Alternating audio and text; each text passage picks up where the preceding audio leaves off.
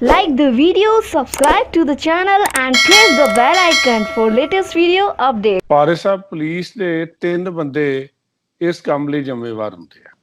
ਹਾਂਜੀ ਪਹਿਲੀ ਗੱਲ ਥਾਣੇ ਦਾ ਐਸਐਚਓ, ਦੂਜੀ ਥਾਣੇ ਦਾ ਗੱਲ ਹੈ ਜ਼ਿਲ੍ਹੇ ਦੂਜਾ ਆ ਜ਼ਿਲ੍ਹੇ ਦਾ ਐਸਐਸਪੀ ਤੇ ਅੱਛਾ ਤੀਜੀ ਜੀ। ਗੱਲ ਹੈ ਸਟੇਟ ਦਾ ਡੀਜੀਪੀ।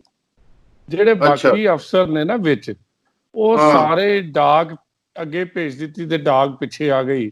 ਉਹਨਾਂ ਹਾਂ, ਦਾ ਹਾਂ। ਕ੍ਰਾਈਮ ਕੰਟਰੋਲ ਦੇ ਉੱਤੇ ਕੋਈ ਬਹੁਤਾ ਜ਼ਿਆਦਾ ਰੋਲ ਨਹੀਂ ਹੁੰਦਾ। ਮੈਨੂੰ ਇਹ ਪਤਾ ਹੈ ਕਿ ਜਿਹੜਾ ਪਿੱਛੇ ਲੱਗਾ ਸੀ ਨਾ ਲਾਕਡਾਊਨ ਦੇ ਵਿੱਚ ਸ਼ਰਾਬ ਦੇ ਠੇਕੇ ਬੰਦ ਸੀ, ਥਾਣੇਦਾਰਾਂ ਨੇ 50-50 ਹਜ਼ਾਰ ਰੁਪਈਆ ਇੱਕ ਠੇਕੇ ਦਾ ਹਫਤੇ ਦਾ ਲਿਆ ਖੁਲਾਉਣ ਦਾ, ਕਿ ਤੁਸੀਂ ਪਿੱਛੋਂ ਖੋਲ ਲਓ ਤੇ ਅੱਛਾ, ਅਸੀਂ ਇੱਕ ਤੁਹਾਨੂੰ ਹਫ਼ਤੇ ਦਾ ਇੱਕ ਹਫਤੇ ਦਾ 50-50 ਹਜ਼ਾਰ ਰੁਪਇਆ ਇੱਕ ਮਤਲਬ ਠੇਕੇ 2 ਲੱਖ ਰੁਪਏ ਮਹੀਨੇ ਦਾ 2 ਲੱਖ ਰੁਪਏ ਮਹੀਨੇ ਦਾ।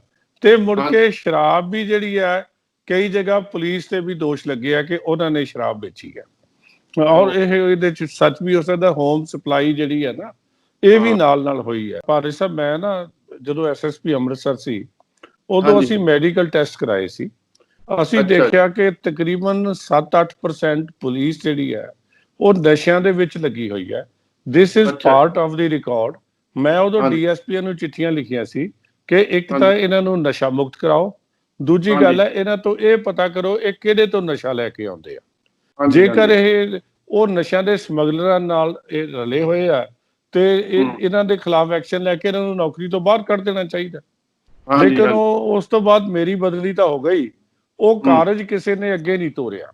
ਤੁਹਾਨੂੰ ਪਤਾ ਹੈਗਾ, ਅੰਮ੍ਰਿਤਸਰ, ਤਰਨਤਾਰਨ, ਬਟਾਲਾ ਇਲਾਕੇ 'ਚ ਜਿਹੜਾ ਹੂਚ ਟ੍ਰੈਜਡੀ ਹੈਗੀ ਹੈ, ਜ਼ਹਿਰੀਲੀ ਸ਼ਰਾਬ ਪੀਣ ਨਾਲ ਮੌਤਾਂ ਦੀ ਗਿਣਤੀ ਵੱਧਦੀ ਜਾ ਰਹੀ ਹੈਗੀ ਆ। ਵੈਸੇ ਤਾਂ ਪੋਲੀਟੀਕਲ ਲੀਡਰ ਇੱਕ ਦੂਜੇ ਨੂੰ ਦੂਸ਼ਣਬਾਜ਼ੀ ਕਰ ਰਹੇ ਹੈਗੇ ਆ, ਪਰ ਹੁਣ ਅਸੀਂ ਤੁਹਾਡੀ ਇੱਕ ਅਜਿਹੇ ਸ਼ਖਸ ਨਾਲ ਮੁਲਾਕਾਤ ਕਰਾ ਰਹੇ ਹਾਂ ਜਿਹੜਾ ਕਿ ਪ੍ਰੈਕਟੀਕਲੀ ਸਾਰੇ ਇਸ ਗੋਰਖ ਧੰਦੇ ਨੂੰ ਜਾਣਦੇ ਹੈਗੇ ਆ। ਮੇਰੀ ਮੁਰਾਦ ਹੈਗੀ ਆ ਸਰਦਾਰ ਇਕਬਾਲ ਸਿੰਘ ਜੀ ਲਾਲਪੁਰਾ, ਜੋ ਕਿ DIG ਪੁਲਿਸ ਵਿੱਚੋਂ ਰਿਟਾਇਰ ਹੋਏ ਨੇ ਤੇ ਇਸ ਜਿਹੜਾ ਬਾਰਡਰ ਇਲਾਕੇ ਦੀ ਜਿਹੜਾ ਇੰਚ ਚੰਗੀ ਤਰ੍ਹਾਂ ਜਾਣਦੇ ਹੈਗੇ। ਲਾਲਪੁਰਾ ਸਾਹਿਬ, ਸਾਡੇ ਪ੍ਰੋਗਰਾਮ ਵਿੱਚ ਬਹੁਤ ਸਵਾਗਤ ਹੈ। ਬੜਾ ਅਨਫੋਰਚੂਨੇਟ ਤੁਸੀਂ ਦੇਖਿਆ ਹੋਣਾ ਹੈਗਾ, ਗਰੀਬ ਬੱਚੇ ਬੰਦਿਆਂ ਦੀਆਂ ਡੈਥਸ ਹੋ ਗਈਆਂ ਪਿੱਛੇ, ਪਰਿਵਾਰ ਕਿਵੇਂ ਰੋਂਦਾ ਕਰਲਾਉਂਦਾ ਹੈਗਾ। ਬਾਕੀ ਤਾਂ ਇਹੋ ਹੈਗਾ, ਮੈਨੂੰ ਇਹ ਦੱਸੋ ਕਿ ਪ੍ਰਾਈਮਰਲੀ ਕੌਣ ਜ਼ਿੰਮੇਵਾਰ ਹੈਗੇ ਇਹਦੇ ਲਈ। ਬਾਕੀ ਰਿਪੋਰਟ ਆਉਣੀ ਆ ਕਿਹਨੂੰ ਕਰਦੇ ਕਿਹਨੂੰ ਨਹੀਂ। ਤੁਹਾਡੇ ਹਿਸਾਬ ਨਾਲ, ਤੁਸੀਂ ਪੁਲਿਸ ਅਫਸਰ ਸੀਨੀਅਰ, ਪ੍ਰਾਈਮਰਲੀ ਕੌਣ ਜ਼ਿੰਮੇਵਾਰ ਹੈਗੀ ਹੈ, ਕਿਹਦੀ ਕੁਤਾਹੀ ਹੈ ਇਹੋ? ਵਾਹਿਗੁਰੂ ਜੀ ਕਾ ਖਾਲਸਾ, ਵਾਹਿਗੁਰੂ ਜੀ ਕੀ ਫਤਿਹ। ਭਾਰਤ ਸਾਹਿਬ, ਪੁਲਿਸ ਦੇ 3 ਬੰਦੇ ਇਸ ਕੰਮ ਲਈ ਜ਼ਿੰਮੇਵਾਰ ਹੁੰਦੇ ਆ। ਪਹਿਲੀ ਗੱਲ ਥਾਣੇ ਦਾ ਐਸਐਚਓ, ਦੂਜੀ ਗੱਲ ਹੈ ਦੂਜਾ ਆ ਜ਼ਿਲ੍ਹੇ ਦਾ ਐਸਐਸਪੀ ਤੇ ਤੀਜੀ ਗੱਲ ਹੈ ਸਟੇਟ ਦਾ ਡੀਜੀਪੀ। ਜਿਹੜੇ ਬਾਕੀ ਅਫਸਰ ਨੇ ਨਾ ਵਿੱਚ, ਉਹ ਸਾਰੇ ਡਾਕ ਅੱਗੇ ਭੇਜ ਦਿੱਤੀ ਤੇ ਡਾਕ ਪਿੱਛੇ ਆ ਗਈ। ਉਹਨਾਂ ਦਾ ਕ੍ਰਾਈਮ ਕੰਟਰੋਲ ਦੇ ਉੱਤੇ ਕੋਈ ਬਹੁਤਾ ਜ਼ਿਆਦਾ ਰੋਲ ਨਹੀਂ ਹੁੰਦਾ, ਕਿਉਂਕਿ ਜ਼ਿਲ੍ਹੇ ਦੀ ਪਾਲਿਸੀ ਐਸਐਸਪੀ ਸਾਹਿਬ ਨੇ ਬਣਾਉਣੀ ਹੈ ਤੇ ਇੰਪਲੀਮੈਂਟ ਕਰਨੀ ਹੈ ਐਸਐਚਓਸ ਨਾਲ। ਕਈ ਵਾਰੀ ਤਾਂ ਐਸਐਚਓਸ ਜਿਹੜੇ ਆ ਉਹ ਆਪਣੇ ਡੀਐਸਪੀ ਨੂੰ ਥਾਣੇ ਵੀ ਨਹੀਂ ਵੜਨ ਦਿੰਦੇ, ਕਿਉਂਕਿ ਉਹਦੀ ਐਸਐਸਪੀ ਨਾਲ ਯਾਰੀ ਹੁੰਦੀ ਹੈ। ਤੇ ਜਿਹੜਾ ਸਟੇਟ ਦਾ ਡੀਜੀਪੀ ਹੈ, ਉਹ ਆਪਣੀ ਟੀਮ ਸਿਲੈਕਟ ਕਰਦਾ ਹੈ, ਲੇਕਿਨ ਉਹਦੇ ਨਾਲ ਜਿਹੜੀ ਹੈ ਨਾ, ਤਾਂ ਫਿਰ ਸਟੇਟ ਦੀ ਪਾਲਿਸੀ ਜਿਹੜੀ ਹੈ ਥਰੂ ਐਸਐਸਪੀ ਲਾਗੂ ਹੁੰਦੀ ਹੈ। ਹੁਣ ਜਿਹੜੀ ਇਨਫੋਰਮੇਸ਼ਨ ਹੈ ਗਰਾਊਂਡ ਤੇ, ਉਹ ਸਾਰੇ ਲੋਕਾਂ ਨੂੰ ਪਤਾ ਹੁੰਦੀ ਹੈ ਵੀ ਗਰਾਊਂਡ ਤੇ ਕੀ ਹੋ ਰਿਹਾ। ਹੁਣ 2 ਚੀਜ਼ਾਂ ਪੁਲਿਸ ਸਿਸਟਮ ਨੂੰ ਖਰਾਬ ਕਰਦੀਆਂ। ਇੱਕ ਹੈਗੀ ਹੈ, ਜੇ ਪੁਲਿਸ ਦੀ ਮਿਲੀ ਭੁਗਤ ਹੋਵੇ, ਅਪਰਾਧੀਆਂ ਦੇ ਵੀ ਨੈਕਸਸ ਬਣੇ ਹੋਏ ਆ। ਇਹ ਵੀ ਪੁਲਿਸ ਅਫਸਰ ਨੂੰ ਜਾਂ ਜਿਹੜਾ ਵੀ ਕੋਈ ਐਡਮਿਨਿਸਟ੍ਰੇਟਰ ਹੈ, ਉਹਨੂੰ ਪੰਜਾਬੀ 'ਚ ਕਹਿੰਦੇ ਹੁੰਦੇ ਕਾਣਾ ਕਰ ਲੈਂਦੇ ਆ। ਭਾਵੇਂ ਉਹਨੂੰ ਪੈਸੇ ਦੇ ਦੇਣ ਜਾਂ ਕੁਛ ਕਰ ਲੈਣ, ਉਹਦੀ ਵਿਗਾੜ ਕਰ ਦੇਣ, ਤੇ ਫਿਰ ਇਹ ਮੁੜ ਕੇ ਆਪਣਾ ਬਿਜ਼ਨਸ ਚਲਾਉਂਦੇ ਆ। ਜਦ ਤੱਕ ਪੁਲਿਸ ਅਫਸਰ ਇਹਨਾਂ ਨਾਲ ਹੱਥ ਨਹੀਂ ਮਿਲਾਉਂਦਾ, ਕੋਈ ਬੰਦਾ ਰਿਸਕ ਨਹੀਂ ਲੈਂਦਾ ਕਿ ਕ੍ਰਾਈਮ ਅਸੀਂ ਆਪਣੀ ਸਟੇਟ 'ਚ ਕਰ ਸਕੀਏ ਜਾਂ ਉਸ ਥਾਣੇ ਦੇ ਇਲਾਕੇ 'ਚ ਕ੍ਰਾਈਮ ਹੋ ਜਾਏ। ਬਹੁਤ ਅੱਛਾ। ਇਸ ਕਰਕੇ ਆਫੀਸਰ ਹੁੰਦੇ ਆ ਲਾਲਪੁਰਾ ਸਾਹਿਬ, ਜਿਵੇਂ ਡੀਐਸਪੀ ਆ, ਸਬ ਡਿਵੀਜ਼ਨ ਦਾ ਇੰਚਾਰਜ ਹੈਗਾ, ਉਹਦੇ ਥੱਲੇ ਉਹ ਜਿਹੜੇ 5-7 ਥਾਣੇਦਾਰ ਹੁੰਦੇ ਹੈਗੇ ਆ। ਤੇ ਫਿਰ ਡੀਐਸਪੀ ਦੀ ਸੁਪਰਵਿਜ਼ਨ ਡਿਊਟੀ ਕੀ ਹੋਈ ਹੈਗੀ ਹੈ, ਜੇ ਉਹਨੂੰ ਪਤਾ ਹੀ ਨਹੀਂ ਵੀ ਮੇਰੇ ਥਾਣੇਦਾਰ ਕੀ ਕਰਦੇ, ਕੀ ਕਮਾਉਂਦੇ ਆ? ਡੀਐਸਪੀ ਦੀ ਸੁਪਰਵਿਜ਼ਨ ਜਿਹੜੀ ਹੈ ਨਾ, ਉਹ ਸਿਰਫ ਅੱਗੇ ਦੱਸ ਹੀ ਸਕਦਾ, ਉਹਦੇ ਖਿਲਾਫ ਐਕਸ਼ਨ ਐਸਐਚਓ ਦੇ ਕੋਈ ਲੈ ਨਹੀਂ ਸਕਦਾ। ਟ੍ਰਾਂਸਫਰ ਵੀ ਐਸਐਸਪੀ ਦੇ ਕਰਨੀ ਹੈ, ਜਿਹੜਾ ਉਦੋਂ ਹੋਰ ਕੋਈ ਉਹਦੇ ਕੋਲ ਹੈ ਹੀ ਨਹੀਂ। ਮੈਂ ਇੱਕ ਤੁਹਾਨੂੰ ਸੱਚਾਈ ਗੱਲ ਸੁਣਾਉਣਾ ਹੈ, 1986 ਦੀ ਗੱਲ ਹੈ ਇਹ। ਹਾਂਜੀ। ਜਿਹੜਾ ਦਸੂਏ ਦੀ ਗੱਲ ਹੈ, ਦਸੂਏ ਸਬ ਡਿਵੀਜ਼ਨ ਦੀ, ਟਾਂਡੇ ਦੇ ਕੋਲ ਇੱਕ ਬੱਸ ਦੇ ਵਿੱਚ ਕਿਲਿੰਗ ਹੋ ਗਈ, 38 ਬੰਦੇ ਮਾਰੇ ਗਏ, ਸ਼ਾਇਦ ਤੁਹਾਨੂੰ ਯਾਦ ਹੋਣਾ। ਤੇ ਸਰਦਾਰ ਬਖਸ਼ੀਸ਼ ਸਿੰਘ ਮੱਲੀ ਡੀਐਸਪੀ ਹੁੰਦੇ ਸੀ, ਤੇ ਉਹ ਬੜਾ ਹੀ ਇਮਾਨਦਾਰ ਆਦਮੀ ਸੀ। ਇੰਨਾ ਇਮਾਨਦਾਰ ਸੀ ਵੀ ਉਹ ਆਪਣਾ ਜਿਹੜਾ ਨਾ ਚਾਹ ਦਾ ਕੱਪ ਵੀ ਭਲੇ ਜ਼ਮਾਨੇ 'ਚ ਆਪਣੀ ਥਰਮਸ 'ਚ ਲੈ ਕੇ ਜਾਂਦਾ ਹੁੰਦਾ ਸੀ ਬਾਹਰ। ਤੇ ਉਹਨੇ ਜਿਹੜਾ ਐਸਐਸਪੀ ਸੀ, ਉਹ ਸੀ ਐਸਸੀ ਜੈਨ, ਸੁਭਾਸ਼ ਚੰਦਰ ਜੈਨ, ਐਸਐਸਪੀ ਹੁਸ਼ਿਆਰਪੁਰ ਸੀ। ਤੇ ਰਵੈਰੋ ਸਾਹਿਬ ਡੀਜੀਪੀ ਸੀ। ਉਹ ਆਏ, ਆ ਕੇ ਉਹਨੂੰ ਕਹਿਣ ਲੱਗੇ ਵੀ ਤੇਰਾ ਕੰਟਰੋਲ ਨਹੀਂ ਹੈਗਾ। ਉਹ ਕਹਿੰਦਾ ਜੀ ਵੀ ਮੇਰਾ ਕੀ ਕੰਟਰੋਲ ਹੋਣਾ, ਇਹਨਾਂ ਥਾਣੇਦਾਰਾਂ ਦੇ ਖਿਲਾਫ ਮੈਂ 17 ਕਰਪਸ਼ਨ ਦੇ ਐਫੀਡੇਵਿਟ ਭੇਜੇ ਆ, ਤੇ ਜਿਹੜੇ ਐਸਐਸਪੀ ਸਾਹਿਬ ਆ ਉਹਨਾਂ ਦੇ ਖਿਲਾਫ ਕੋਈ ਐਕਸ਼ਨ ਨਹੀਂ ਲੈਂਦੇ, ਮੈਂ ਕੀ ਕਰ ਸਕਦਾ? ਇਹ ਸੱਚੀ ਕਹਾਣੀ ਹੈ, ਇਹ ਰਿਕਾਰਡ ਤੇ ਹੋਏਗੀ। ਤਾਂ ਅਸੀਂ ਵੀ ਉਸ ਜਿਹੜਾ ਇਨਵੈਸਟੀਗੇਸ਼ਨ ਦੀ ਟੀਮ ਦੇ ਵਿੱਚ ਮੈਂ ਵੀ ਸੀਗਾ, ਸਪੈਸ਼ਲ ਬਣੀ ਗਵਰਨਮੈਂਟ ਆਫ ਪੰਜਾਬ ਨੇ। ਤੇ ਜਿਹੜਾ ਲੋਕਲ ਐਸਐਚਓ ਸੀ ਨਾ, ਉਹਨੂੰ ਪੁੱਛਿਆ ਵੀ ਪ੍ਰੀਤਮ ਸਿੰਘ ਤੂੰ ਫਲਾਣਾ ਕੰਮ ਕਰ, ਫਲਾਣਾ ਕੰਮ ਕਰ। ਉਹ ਕਹਿਣ ਲੱਗਾ ਜੀ ਵੀ ਤੁਸੀਂ ਮੈਨੂੰ ਕੰਮ ਨਾ ਦੱਸੋ, ਮੈਂ ਤਾਂ ਸਾਹਿਬ ਨੂੰ ਮਹੀਨਾ ਪੂਰਾ ਕਰਕੇ ਦੇਣਾ ਹੈ, ਮੇਰਾ ਇਹਦੇ 'ਚ ਕੋਈ ਇੰਟਰਸਟ ਨਹੀਂ ਹੈਗਾ। ਸੋ ਇਸ ਤਰ੍ਹਾਂ ਦੀ ਜਿਹੜੀ ਸਥਿਤੀ ਹੈ, ਇਹਨੂੰ ਜਿਹੜਾ ਜ਼ਿੰਮੇਵਾਰ ਤਾਂ ਐਸਐਸਪੀ ਜਦੋਂ ਚਾਹਵੇ ਕਿ ਮੇਰੇ ਇਲਾਕੇ 'ਚ ਕ੍ਰਾਈਮ ਨਾ ਹੋਵੇ, ਤੇ ਪੁਲਿਸ ਜਿਹੜੀ ਹੈ ਉੱਥੇ ਉਹਦੇ ਹੁਕਮ ਨੂੰ ਫਾਲੋ ਕਰਦੀ ਹੈ। ਜੇ ਉਹ ਕਵੇ ਕਿ ਮੈਂ ਹਾਂਜੀ ਹਾਂ ਕਰ ਲਓ ਪੂਰੀ ਗੱਲ, ਬਾਅਦ 'ਚ ਪੁੱਛਦਾ। ਹਾਂ, ਜੇ ਐਸਐਸਪੀ ਸਾਹਿਬ ਦੀ ਡਿਮਾਂਡ ਹੀ ਕੁਛ ਹੋਰ ਹੋਵੇ, ਤੇ ਫਿਰ ਉਹਨਾਂ ਨੇ ਲੋਕਾਂ ਨੇ ਉਹਨਾਂ ਦੀ ਡਿਮਾਂਡ ਕਰਨੀ ਹੈ। ਮੇਰੇ ਤੋਂ ਪਹਿਲਾਂ ਇੱਕ ਐਸਐਸਪੀ ਸਾਹਿਬ ਸੀਗੇ ਤਰਨਤਾਰਨ, ਮੈਂ ਵੀ ਉਸ ਜ਼ਿਲ੍ਹੇ ਦਾ ਐਸਐਸਪੀ ਰਿਹਾ। ਉਹ ਕਿਸੇ ਥਾਣੇਦਾਰ ਨੂੰ ਬੁਲਾ ਕੇ ਕਹਿਣ ਲੱਗੇ, ਥਾਣੇਦਾਰ ਸਾਹਿਬ ਮੈਨੂੰ ਸੀਲੋ ਚਾਹੀਦੀ ਹੈ। ਹਾਂਜੀ, ਪੁਰਾਣੀ ਗੱਲ ਹੈ, 1996 ਦੀ ਤੋਂ ਪਹਿਲਾਂ ਸੀਲੋ ਨਵੀਂ ਆਈ ਸੀ। ਉਹਨੇ ਥਾਣੇਦਾਰ ਨੇ ਸੋਚਿਆ ਵੀ ਇਹ ਕਿਤੇ ਕੋਈ ਜਨਾਨੀ ਦਾ ਨਾਂ ਹੋਣਾ। ਉਹ ਕਹਿਣ ਲੱਗਾ ਜਨਾਬ ਕਿਹੜੇ ਪਿੰਡ ਦੀ ਹੈ? ਉਹ ਕਹਿੰਦਾ ਪਿੰਡ ਦੀ ਨਹੀਂ, ਇਹ ਕਾਰ ਆ। ਉਹ ਕਹਿਣ ਲੱਗਾ ਜੀ ਕਿੰਨੇ ਦੀ ਆਉਣੀ ਹੈ? ਕਹਿੰਦਾ 6-7 ਲੱਖ ਦੀ ਆਉਣੀ ਹੈ। ਉਹ ਕਹਿਣ ਲੱਗਾ ਜਨਾਬ ਇੱਕ ਵਾਰੀ ਤਾਂ ਨਹੀਂ, 2 ਮਹੀਨਿਆਂ 'ਚ ਮੈਂ ਪੈਸੇ ਦੇ ਦਿਆਂਗਾ। ਸੋ ਗੱਲ ਤਾਂ ਅਫਸਰ ਕੀ ਮੰਗਦਾ ਆ, ਲੋਕਾਂ ਨੇ ਉਹੀ ਕੁਛ ਦੇਣਾ। ਤੇ ਹੋਰ ਗੱਲ ਦੱਸੋ, ਇਹ ਜਿਹੜਾ ਐਸਐਚਓ ਆ ਉਹਦੇ ਫਿਰ ਮਤਲਬ 3 ਇਮੀਡੀਏਟ ਬੌਸ ਹੋ ਗਏ। ਇੱਕ ਤਾਂ ਜਿਹੜਾ ਵੱਡਾ ਬੌਸ ਐਮਐਲਏ ਜਿਹੜਾ ਉਸ ਇਲਾਕੇ ਦਾ, ਫਿਰ ਐਸਐਸਪੀ ਜਾਂ ਡੀਐਸਪੀ ਨੂੰ ਤਾਂ ਤੁਸੀਂ ਕਿਹਾ ਸੁਣਦੇ ਹੀ ਨਹੀਂ ਹੈਗੇ।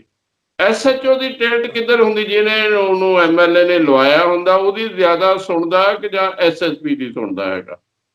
ਦੇਖੋ ਹੁਣ ਤਾਂ ਸਾਡੇ ਵੇਲੇ ਤਾਂ ਬੜਾ ਸੌਖਾ ਕੰਮ ਸੀਗਾ, ਐਮਐਲਏ ਲਵਾ ਲੈਂਦੇ ਸੀਗੇ, ਮੰਤਰੀ ਵੀ, ਲੇਕਿਨ ਕੰਮ ਤਾਂ ਸਾਡੇ ਥੱਲੇ ਹੀ ਕਰਨਾ ਹੁੰਦਾ ਸੀ ਨਾ।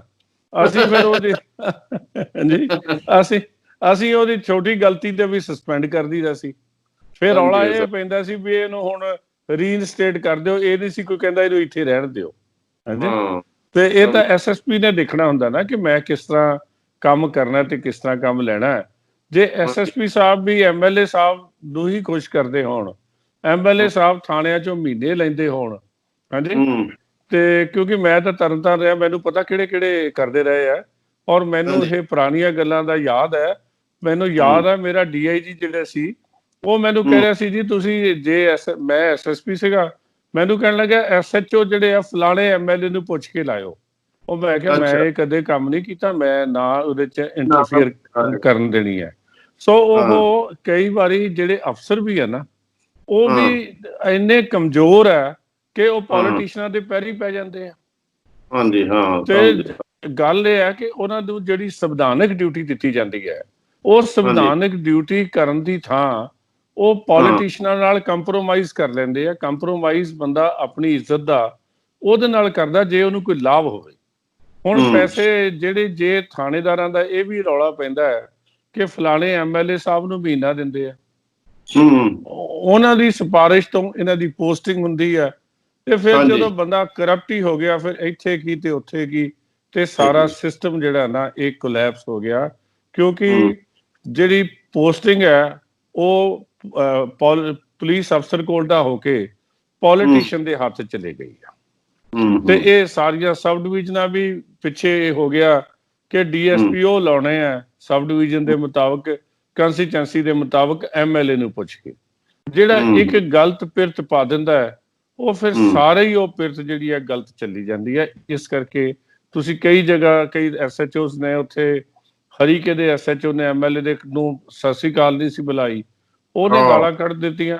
ਹਾਂਜੀ, ਲੁਧਿਆਣੇ ਦੇ ਵਿੱਚ ਉਹ ਜਿਹੜਾ ਮੰਤਰੀ ਜੀ ਹੈ ਉਹ ਕਹਿੰਦਾ ਕਿ ਤੈਨੂੰ ਮੈਂ ਮੰਤਰੀ ਆ, ਤੂੰ ਮੇਰੇ ਨਾਲ ਕਿਵੇਂ, ਮੇਰਾ ਹੁਕਮ ਦੀ ਪਾਲਣਾ ਨਹੀਂ ਹੋ ਰਹੀ। ਸੋ ਇਸ ਕਰਕੇ ਇਹ ਟੋਟਲ ਸਿਸਟਮ ਕੋਲੈਪਸ ਹੋ ਚੁੱਕਾ। ਸੀਨੀਅਰਿਟੀ ਕੋਈ ਹੈ ਨਹੀਂ, ਜੂਨੀਅਰ ਬੰਦੇ ਨੂੰ SSP ਲਾ ਦਿੰਦੇ ਆ, ਸੀਨੀਅਰ ਬੰਦਾ ਬਾਹਰ ਬੈਠਾ ਰਹਿੰਦਾ ਹੈ। ਉਹ ਪੁਲਿਸ ਦਾ ਸਿਸਟਮ ਜਿਹੜਾ ਨਾ ਜਿਹੜੀ ਆ ਮਿਲੀਟੈਂਸੀ ਦੇ ਵਿੱਚ ਟੋਟਲ ਖਰਾਬ ਹੋ ਗਿਆ ਹੈ। ਔਰ ਉਸ ਖਰਾਬ ਹੋਣ ਨਾਲ ਜੇ 10 ਸੀਨੀਅਰ ਅਫਸਰ ਛੱਡ ਕੇ 11ਵੇਂ ਜੂਨੀਅਰ ਨੇ DGP ਲੱਗ ਜਾਣਾ ਹੈ, ਤੇ ਉਸ ਫੋਰਸ ਦੇ ਵਿੱਚ ਡਿਸਿਪਲਿਨ ਕਿੱਥੋਂ ਰਹਿ ਜਾਏਗਾ? ਅੱਛਾ, ਹੁਣ ਥੋੜਾ ਜਿਹਾ ਪੋਲੀਟੀਕਲ ਐਂਗਲ ਤੋਂ ਵੀ ਆਪਾਂ ਗੱਲਾਂ ਕਰ ਲਈਆਂ। ਇਹ ਪੰਜਾਬ ਦੇ ਇੱਕ ਮੰਤਰੀ ਦਾ ਬਿਆਨ ਸੀ, ਸਾਡਾ ਧਿਆਨ ਉਧਰ ਕਰੋਨਾ ਵੱਲ ਸੀ, ਜਦ ਕਿ ਅਜੀਤ ਵਿੱਚ ਅੱਜ ਐਡੀਟੋਰੀਅਲ ਆਇਆ ਹੈਗਾ। ਆ ਜਿਹੜਾ ਖੁਫੀਆ ਵਿਭਾਗ ਹੈਗਾ ਇੰਟੈਲੀਜੈਂਸ ਨੇ, ਉਹਨੇ ਬਕਾਇਦਾ ਰਿਪੋਰਟ ਭੇਜੀ ਸੀ 3-4 ਮਹੀਨੇ ਪਹਿਲਾਂ। ਤੁਹਾਨੂੰ ਪਤਾ ਇੰਟੈਲੀਜੈਂਸ ਵਾਲੇ ਪੂਰੀ ਇਨਫੋਰਮੇਸ਼ਨ ਗਵਰਨਮੈਂਟ ਨੂੰ ਭੇਜਦੇ ਰਹਿੰਦੇ ਹੈਗੇ ਆ।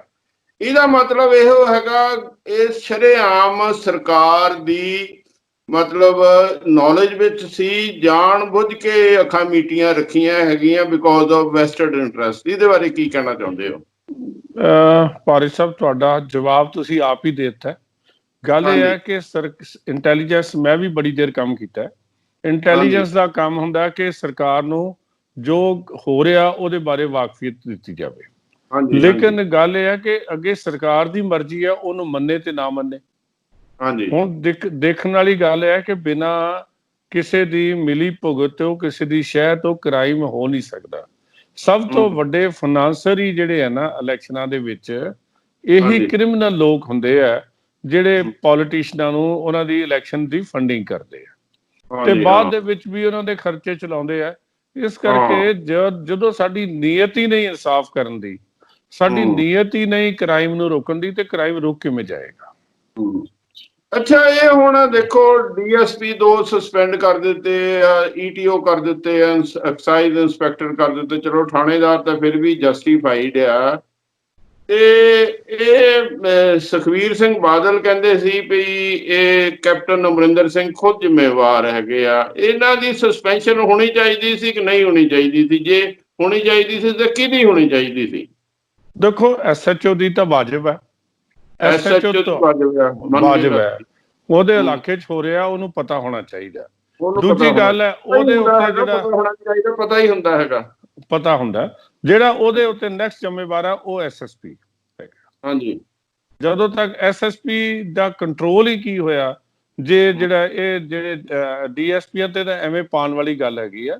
ਇਹਨਾਂ ਦਾ ਅਸਲ ਐਵੇਂ, ਇਹਨਾਂ ਦਾ ਅਸਲ ਕਸੂਰਵਾਰ ਜਿਹੜਾ ਹੈ ਉਹ SSP ਹੈ ਤੇ SHO ਹੈ। ਜਦੋਂ ਤੱਕ ਇਹ ਟੀਮ ਮਿਲ ਕੇ ਕੰਮ ਕਰੇਗੀ ਤੇ ਫਿਰ ਇਹ ਕ੍ਰਾਈਮ ਕੰਟਰੋਲ ਹੋਏਗਾ।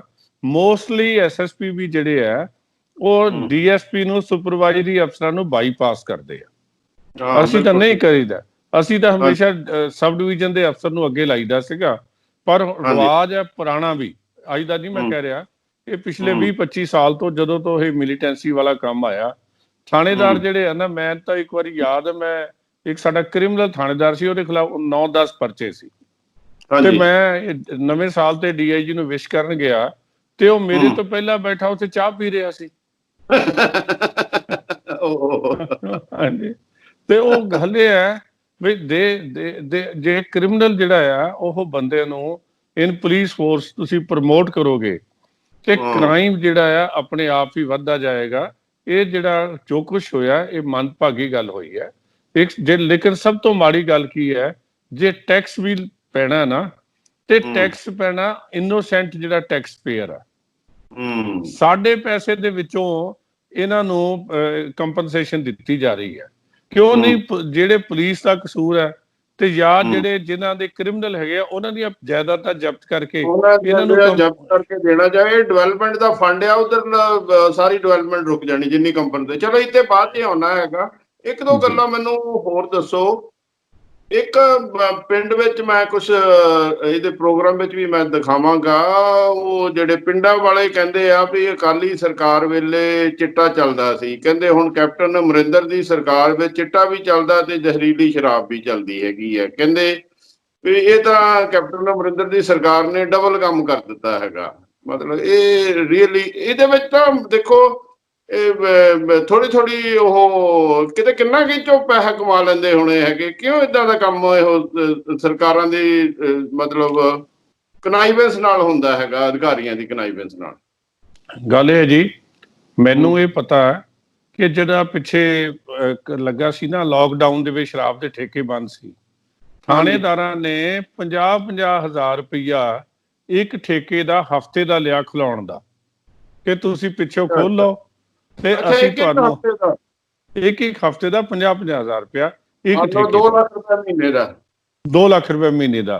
ਤੇ ਮੁੜ ਕੇ ਸ਼ਰਾਬ ਵੀ ਜਿਹੜੀ ਹੈ ਕਈ ਜਗ੍ਹਾ ਪੁਲਿਸ ਤੇ ਵੀ ਦੋਸ਼ ਲੱਗੇ ਆ ਕਿ ਉਹਨਾਂ ਨੇ ਸ਼ਰਾਬ ਵੇਚੀ ਹੈ। ਔਰ ਇਹਦੇ ਚ ਸੱਚ ਵੀ ਹੋ ਸਕਦਾ, ਹੋਮ ਸਪਲਾਈ ਜਿਹੜੀ ਹੈ ਨਾ ਇਹ ਵੀ ਨਾਲ ਹੋਈ ਹੈ।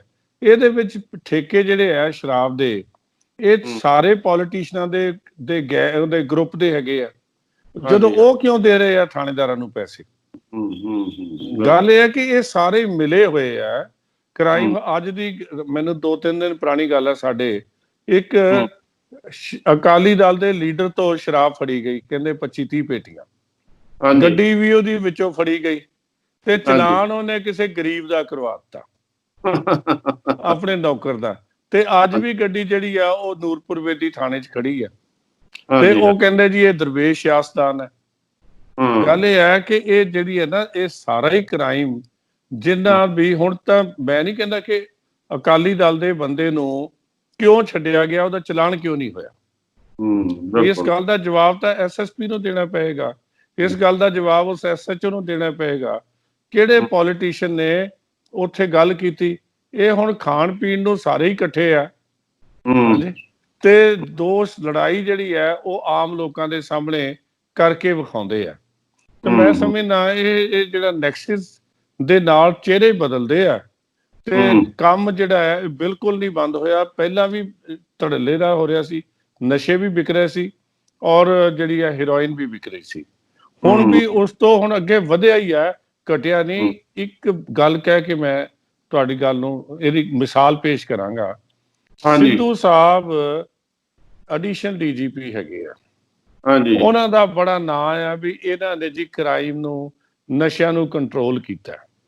ਉਹ ਗਰੀਬ ਨੂੰ ਲਿਆ ਕੇ, ਮੈਂ ਸਮਝਦਾ ਵੀ ਅੱਜ ਉਹ ਕਿੱਥੇ ਹੈ ਕਿਸੇ ਨੂੰ ਪਤਾ?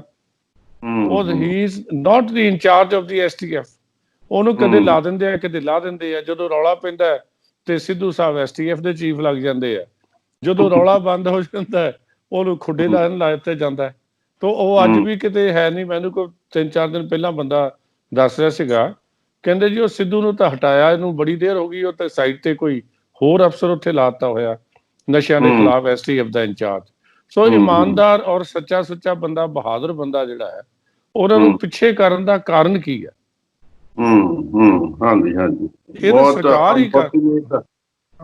ਬਹੁਤ ਅਨਫੋਰਚੂਨੇਟ ਆ ਹਾਲਾਤ।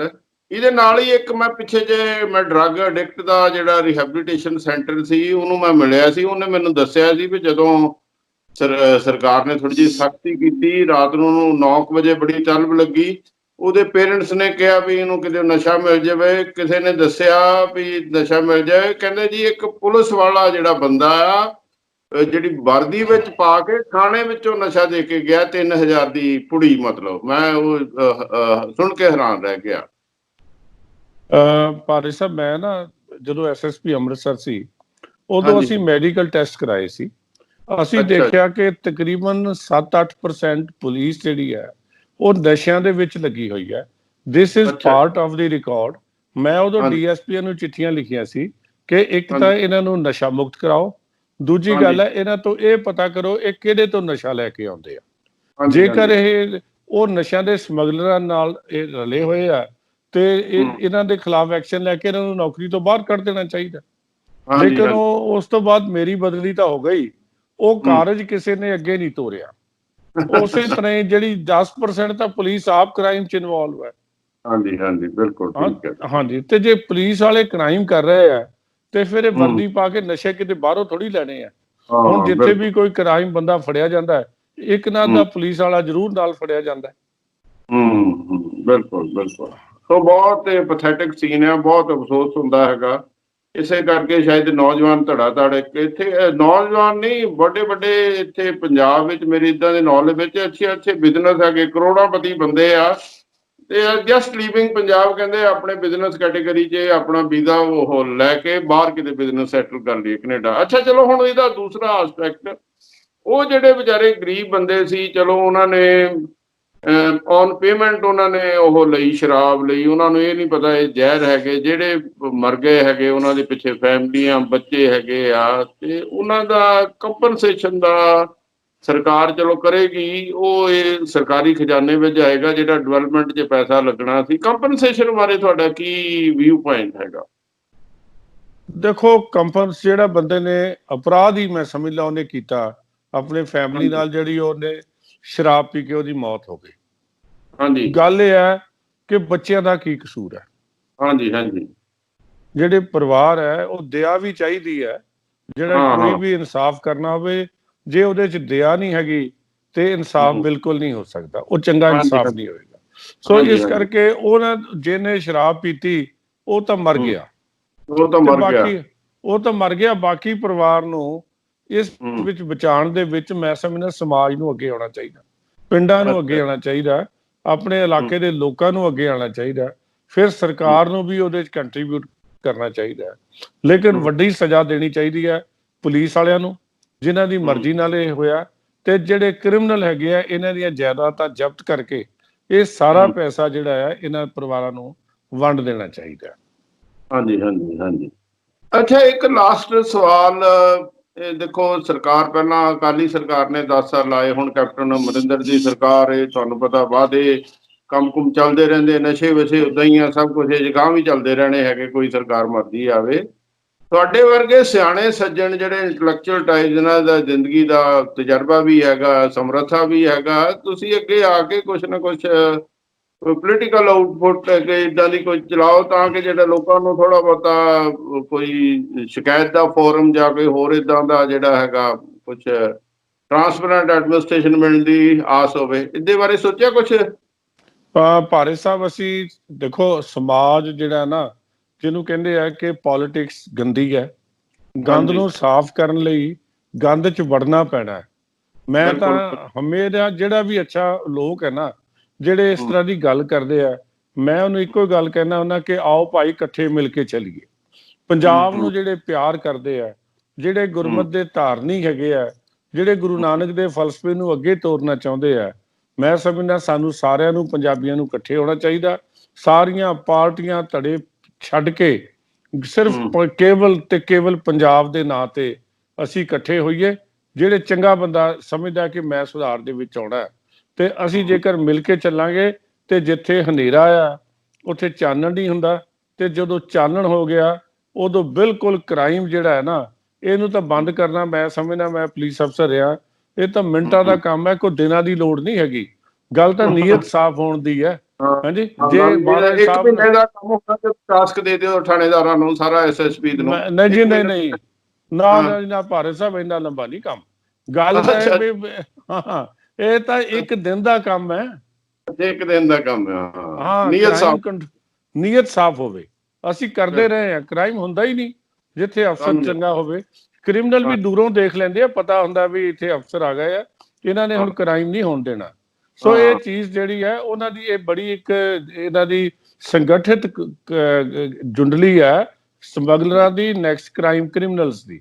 ਉਹ ਦੇਖਦੇ ਆ ਕਿ ਕਿਹੜਾ ਕਮਜ਼ੋਰ ਪੁਲਿਸ ਅਫਸਰ ਹੈ ਔਰ ਕਿਸ ਤਰ੍ਹਾਂ ਇਹਨੂੰ ਪੋਲੀਟੀਸ਼ੀਅਨ ਦੇ ਰਾਹੀਂ ਕਾਬੂ ਕੀਤਾ ਜਾ ਸਕਦਾ ਹੈ। ਜਦੋਂ ਪੋਲੀਟੀਸ਼ੀਅਨ ਦਾ ਔਰ ਪੁਲਿਸ ਦਾ ਤੇ ਕ੍ਰਿਮੀਨਲ ਦਾ ਨੈਕਸਸ ਨਹੀਂ ਟੁੱਟੇਗਾ, ਉਹ ਟੁੱਟੇਗਾ ਤਾਂ ਜਦੋਂ ਚੇਨ ਦੇ ਵਿੱਚ ਇੱਕ ਬੰਦਾ ਪਵਿੱਤਰ ਆ ਜਾਏਗਾ, ਇੱਕ ਬੰਦਾ ਸਾਫ਼ ਆ ਜਾਏਗਾ, ਚੇਨ ਆਫ ਕਮਾਂਡ ਟੁੱਟ ਜਾਏਗੀ। ਸੋ ਇਹੀ ਹੈ, ਲੋਕਾਂ ਨੂੰ ਜਿਹੜੇ ਵੀ ਬਹੁਤੇ ਲੋਕ ਨਹੀਂ ਚਾਹੀਦੇ। ਮੈਂ ਸਮਝਦਾ 117 ਹੀ ਚੰਗੇ ਲੋਕ ਇਕੱਠੇ ਹੋਣ ਨਾ, ਲੋਕ ਚੰਗੇ ਹੈਗੇ ਆ, ਇਹ ਡਰਦੇ ਆ ਵੀ ਸਾਨੂੰ ਆਹ ਹੋ ਜਾਏਗਾ, ਉਹ ਹੋ ਜਾਏਗਾ, ਮੈਂ ਕਿਉਂ ਰਿਸਕ ਲਵਾਂ। ਸੋ ਮੈਂ ਤਾਂ ਹਮੇਸ਼ਾ ਹੀ ਜਿਹੜੀ ਹੈ ਨਾ, ਜੇ ਸੇਵਾ ਕਰਨੀ ਹੈ ਤੇ ਅੱਗੇ ਆ ਕੇ ਵਧਣਾ ਪਏਗਾ। ਤੇ ਇਹ ਕ੍ਰਿਮੀਨਲ ਦੇ ਪੈਰ ਨਹੀਂ ਹੁੰਦੇ, ਜਦੋਂ ਅਸੀਂ ਇਕੱਠੇ ਹੋਏ ਇਹ ਆਪਣੇ ਆਪ ਹੀ ਛੱਡ ਕੇ ਭੱਜ ਜਾਣਗੇ।